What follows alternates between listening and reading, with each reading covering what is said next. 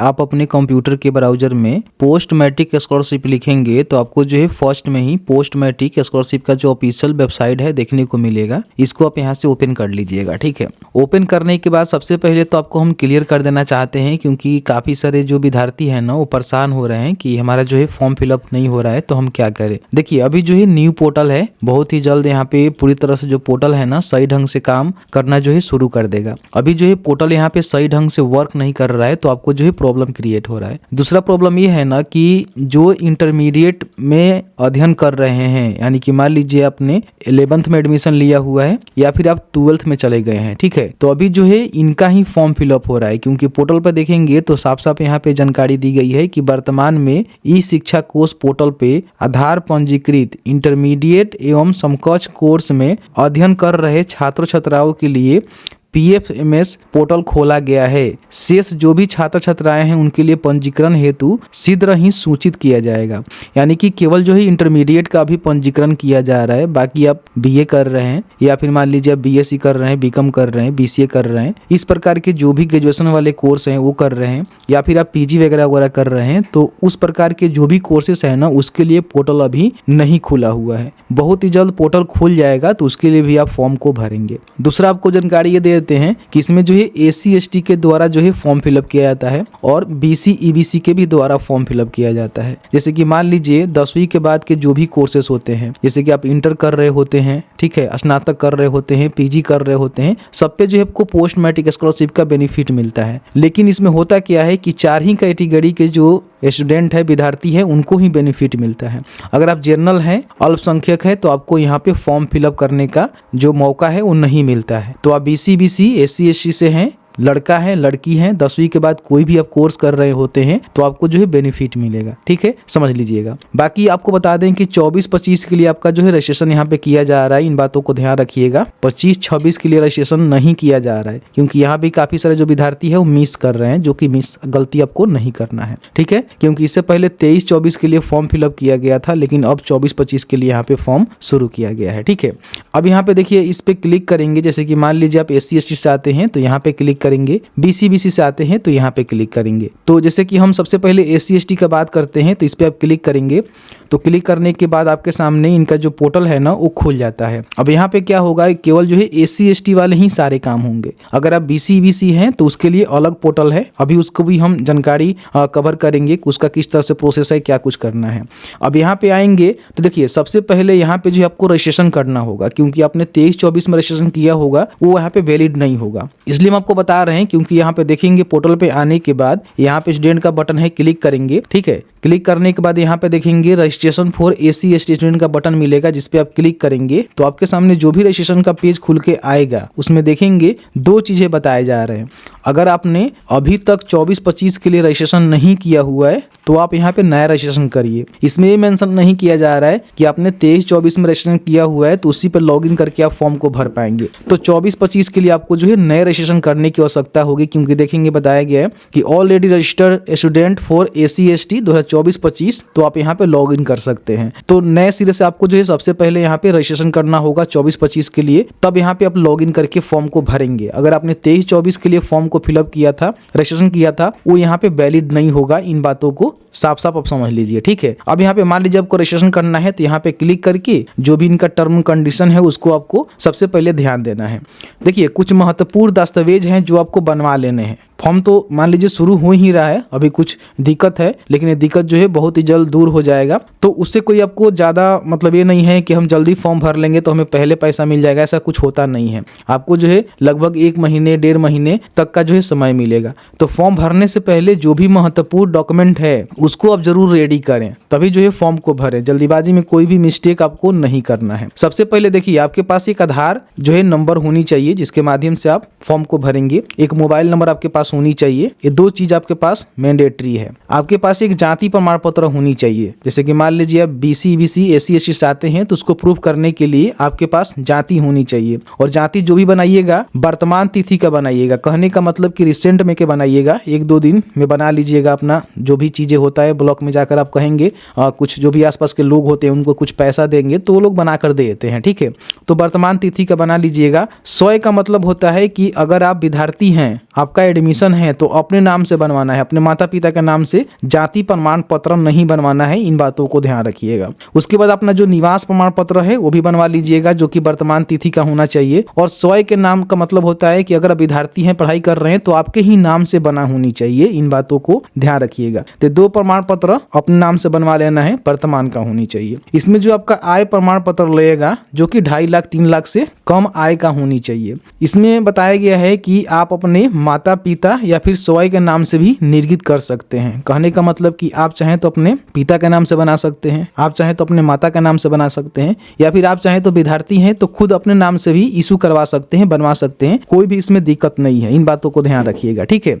और ये भी आपका रिसेंट का ही होनी चाहिए, 2024-25 के लिए वर्तमान तिथि के अंतर्गत होनी चाहिए, तो कहीं ना कहीं ये वैलिड हो पाएगा। तो ये जो है महत्वपूर्ण आपका दस्तावेज है जो आपको बनवा लेने हैं, ठीक है। अब इसके बाद देखिए, ध्यान रखिएगा कि बहुत सारे लोग ऐसे हैं जो कि अपना अकाउंट है ना, उसको आधार जो लिंकिंग होता है, आधार डीबीटी लिंकिंग होता है, वो नहीं करवाए हुए हैं। तो अगर आप फॉर्म को भरेंगे, रजिस्ट्रेशन करते समय जानकारी देंगे, जब आपका वेरिफिकेशन में जाएगा तो कोई भी आप मिस्टेक करेंगे तो उस समय रिजेक्ट हो जाता है, फिर आपको दोबारा जो है उसको भरना होता है। तो इसमें जो है काफी समय लग जाते हैं। तो इसलिए आपको करना क्या है कि सबसे पहले अपना जो भी डीबीटी लिंकिंग है उसका स्टेटस चेक कर लेना है, और साथ ही साथ उसको लिंक कर लेना है, लिंक नहीं है। अब ये कैसे करना है, इसके लिए हमने ऑलरेडी जो है वीडियो बनाया हुआ है। उसको आप करेंगे क्या कि सबसे पहले आप यूट्यूब पे जाएंगे, आपको सर्च करना है आधार बैंक लिंक कैसे करें, ठीक है। तो यहाँ पे देखेंगे फर्स्ट में ही मेरा वीडियो यहाँ पे देखने को मिलेगा, जिसमें हमने सभी जानकारी बताया हुआ है किस तरह से आप अपने आधार जो लिंकिंग स्टेटस है उसको चेक कर सकते हैं, और साथ ही साथ किस तरह से घर बैठे ऑनलाइन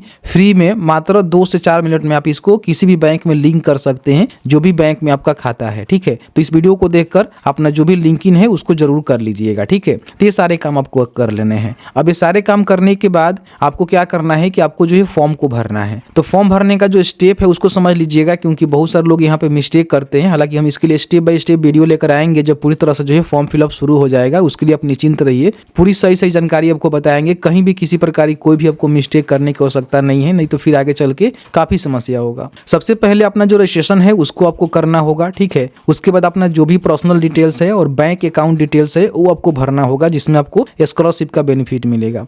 उसके बाद क्या होगा कि अपना जो भी स्कॉलरशिप है उसके लिए आप अप्लाई करना होगा। उसके बाद जो भी अपना डॉक्यूमेंट है, फोटो है, उसको अपलोड करना होगा, और लास्ट में जाकर आपको फाइनलाइज करना होगा। बहुत सारे विद्यार्थी क्या करते हैं कि फॉर्म को भर देते हैं, लेकिन लास्ट में उसको फाइनलाइज नहीं करते हैं, तो उनको बेनिफिट मिल ही नहीं पाता है। तो फाइनलाइज कैसे करना होता है, वीडियो लाएंगे तो पूरी जानकारी हम आपको बताएंगे किस तरह से क्या करना होता है। तो ये जो इसका स्टेप होता है, फॉर्म भरने के लिए यहाँ पे आपको टिक करना होता है, ठीक है, कि जो भी निर्देश है मैंने उसको पढ़ लिया हुआ है, समझ लिया हुआ है। फिर यहाँ पे यदि 1 से अधिक आवेदन भरे हुए पाए जाते हैं तो आपका जो भी आवेदन है उसको स्वीकार नहीं किए जाएंगे, ठीक है, रिजेक्ट कर दिए जाएंगे। तो इसको भी आपको टिक कर लेना है कि भाई मैं दोबारा फॉर्म नहीं भरूंगा, एक ही बार ही भरूंगा। और बाकी जो भी जानकारी, मैं बिहार का अस्थायी निवासी हूँ और बाकी मैं सही जानकारी दे रहा हूँ, ठीक है। अब यहाँ पे कंटिन्यू के बटन पर क्लिक करेंगे तो यही चीज यहाँ पे देखने को आपको मिलेगा जो कि मैंने आपको बताया, तो इसको ध्यान रखिएगा, ठीक है। ओके के बटन पर क्लिक करेंगे तो इनका जो भी रजिस्ट्रेशन का पेज है आपके सामने खुल के आ जाएगा, ठीक है। अब यहाँ पे आपको जो है फॉर्म को भरना है। तो फॉर्म भरते समय काफी सारे लोग जो है मिस्टेक करते हैं, जो मिस्टेक आपको नहीं करना है, ठीक है। सबसे पहले जो भी अपना आधार पे नेम है वो डालेंगे, फादर का नेम, मदर का नेम, डेट ऑफ बर्थ, अपने जो भी मैट्रिक का सर्टिफिकेट है वो डालेंगे, जेंडर बताएंगे, कैटेगरी बताएंगे, कास्ट बताएंगे, होम डिस्ट्रिक्ट बताएंगे, ठीक है। अब यहाँ पे देखिए, होम डिस्ट्रिक्ट में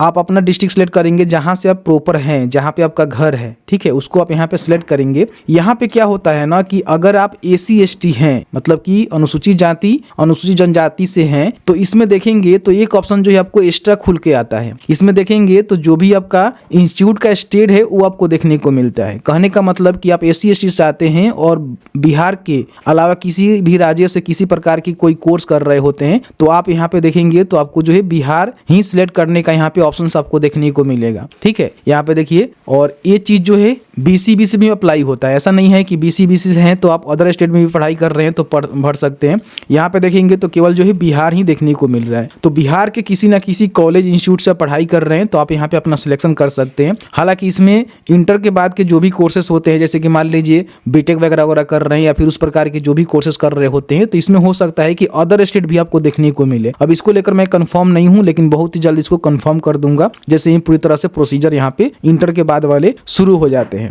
तो ये जानकारी आपको देनी होती है, इन बातों को ध्यान रखिएगा, ठीक है। तो इस तरह से आपको सारे जानकारी भर के मोबाइल नंबर वेरीफाई करना होता है, फिर यहाँ पे आधार वेरीफाई करना होता है। उसके लिए हम अलग से वीडियो लेकर आएंगे, उसको उसको इसमें हम कवर नहीं करेंगे। ठीक है, ये आपको समझ में आ गया। अब यहाँ पे बैक आएंगे तो फिर आप देखेंगे तो यहाँ पे BCBC का भी लिंक दिया गया है, तो सारे क्राइटेरिया वही रहेगा। ठीक है, वही चीजें रहेंगे, सेम टू सेम दोनों पोर्टल यहाँ पे काम करने वाले हैं, इन बातों को ध्यान रखिएगा। ठीक है, अब यहाँ पे हम बात कर लेते हैं कि फॉर्म को भरते हैं तो फॉर्म को भरने के बाद किस तरह से आपका क्या होता है। तो यहाँ पे देखेंगे इनके द्वारा जो है रजिस्ट्रेशन यहाँ पे प्रोसेस दिया गया है, जिस पे क्लिक करेंगे तो आपके सामने जो है पूरी जानकारी यहाँ पे खुल के आ जाता है कि आपको क्या करना होता है और फिर आपका इंस्टीट्यूट क्या करता है और किस तरह से आपको जो भी बेनिफिट है वो देखने को मिलता है। ठीक है, तो यहाँ पे देखेंगे इनके द्वारा जानकारी दे दिया गया है कि सबसे पहले अपना जो भी बेसिक रजिस्ट्रेशन होता है उसको करना होता है, जो भी अपना पर्सनल इंस्टीट्यूट डिटेल्स होता है और जो भी डॉक्यूमेंट होता है उसको अपलोड करना होता है। फिर यहाँ पे फॉर्म को फाइनलाइज करते हैं, उसके बाद जो भी स्कॉलरशिप प्रोसेस है उसको आप फॉलो करते हैं। तो क्या होता है कि सबसे पहले आपके जो भी इंस्टीट्यूट रजिस्ट्रेशन वगैरह वगैरह होता है ना वो करता है, मतलब कि आपका इंस्टीट्यूट भी रजिस्ट्रेशन करता है जिस तरह से आप करते हैं। उसके बाद उसका फिजिकल कमेटी होता है, फिर यहाँ पे अप्रूव होता है। तो अप्रूव होने के बाद ही आपका जो इंस्टीट्यूट है यहाँ पे स्कॉलरशिप के लिए अप्लाई करते हैं तो शो करता है। तो कई सारे ऐसे भी इंस्टीट्यूट कॉलेज है जो कि पोस्ट मैट्रिक पे शो नहीं करते हैं, तो उनसे अब उनको बोलना होगा कि पोस्ट मैट्रिक स्कॉलरशिप पे जाकर अपना जो फॉर्म है वो भर लीजिए। इंस्टीट्यूट को हम बोल रहे हैं, आपके कॉलेज को, तो आपको यहाँ पे शो होगा, यहाँ पे फॉर्म को भरेंगे, उसके बाद जो भी वेरिफिकेशन होता है वो होगा, उसके बाद आपको पेमेंट यहाँ पे देखने को मिलेगा। पोस्ट मैट्रिक ऑफिशियल पोर्टल पे आएंगे तो आपको यहाँ पे देखने को मिल जाता है जो भी इनका जो भी संस्थान है उनका रजिस्ट्रेशन करने का भी लिंक आपको देखने को मिल जाता है। यहाँ पे क्लिक करके ओपन करेंगे तो देखेंगे यहाँ पे जो भी संस्थान है वो अपना रजिस्ट्रेशन यहाँ पे कर सकते हैं। ठीक है, यहाँ पे देखेंगे छात्र के लिए अनुमति नहीं होता है, लेकिन हाँ जो भी संस्थान होता है अपना यहाँ पे रजिस्ट्रेशन वगैरह वगैरह कर सकते हैं। तो ये सारे जो ही चीजें होते हैं तो आपको ध्यान रखना है। ठीक है, अब इसके बाद जो भी हम वीडियो लेकर आएंगे उसमें कंप्लीट आपको जानकारी देंगे कैसे जो है फॉर्म को भरना है, स्टेप बाय स्टेप आपको जानकारी उपलब्ध करवाएंगे जिसके माध्यम से फॉर्म को भर सकते हैं। EasyToNet पर भी आप आएंगे तो इसका जो भी लिंक है आपको देखने को मिल जाएगा, जहां से आप इजीली जो है फॉर्म को भर सकते हैं। बाकी यहाँ पे कौन कौन से डॉक्यूमेंट वगैरह अगर आपको देने हैं वो भी आपको देखने को मिल जाता है। आप यहाँ पे देख लेंगे किनको कितना जो है बेनिफिट मिलता है। जैसे कि मान लीजिए 10+2 के जो भी कोर्सेस होते हैं, IA ISC ICOM करते हैं तो 2000 रुपये जो है प्रति वर्ष आपको मिलेगा। अगर आप BA BSc BCom वगैरह वगैरह अन्य कोई इसके प्रकार कोर्स करते हैं तो 5000, जो भी PG वाले कोर्स होते हैं उसके लिए भी 5000, और जो भी ITI कोर्सेस होते हैं उसके लिए 5000, और जो भी 3 वर्षीय डिप्लोमा होता है उसके लिए 10,000, और जो भी बीटेक वगैरह वगैरह हो गया, तकनीकी किसी प्रकार की कोर्स हो गया, मेडिकल हो गया, विधि हो गया, प्रबंधन हो गया, कृषि से रिलेटेड कोई कोर्स हो गया, तो आपको जो है 15,000 रुपये तक का पर ईयर आपको बेनिफिट यहाँ पे मिलता है।